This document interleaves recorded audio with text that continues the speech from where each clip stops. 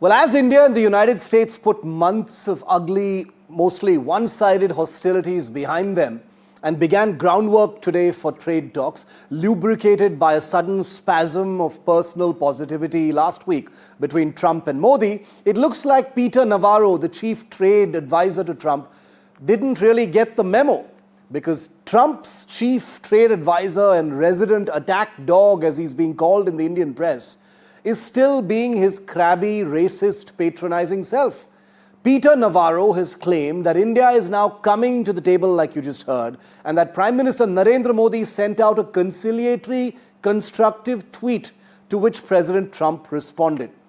Well, time to fact-check that, because details matter. First, it was Trump who first posted, calling Modi his close personal friend. Modi then responded. Details and sequence matter.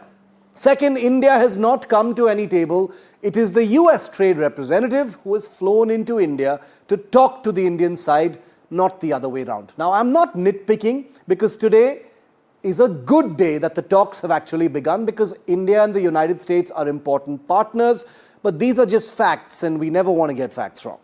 Let us not forget what the world has just witnessed. A stunning, one-sided offensive by the United States for weeks together against India, one of its closest partners in the region.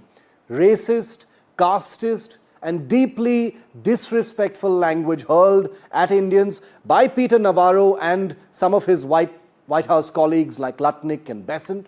While Navarro was being offensive, India was busy engaging with Putin and Xi. While Trump was speaking the language of a bully, India was unveiling fresh economic reforms. While Lutnick and Besant described India as some vassal state that must obey or pay a price, India was strengthening its made in India steel frame. So when Peter Navarro says India has come to the talks table, what he really means is that he has been forced there.